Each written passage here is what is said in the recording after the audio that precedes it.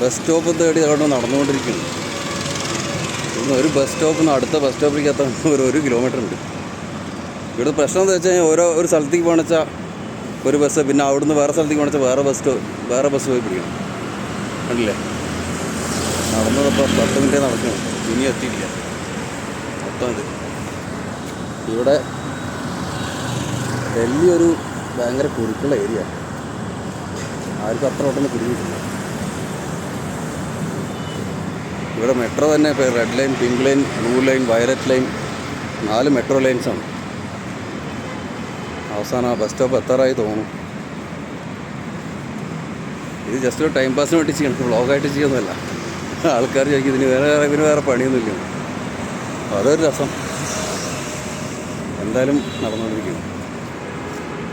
കുട്ടികളെ പോകുന്ന സ്കൂൾ വിട്ടത്, അതിൻ്റെ ഒപ്പം വലിയ ആളുകളുണ്ടായിരിക്കാം, കുറച്ച് പേര് വരുന്നുണ്ട്. അവരൊക്കെ ബസ് കയറാൻ വരുന്നതാണ്. കാരണം മഴയും പെയ്യുമ്പോൾ ഇവിടെ നല്ല ചൂടും, വേർക്കാൻ തുടങ്ങി. ഓ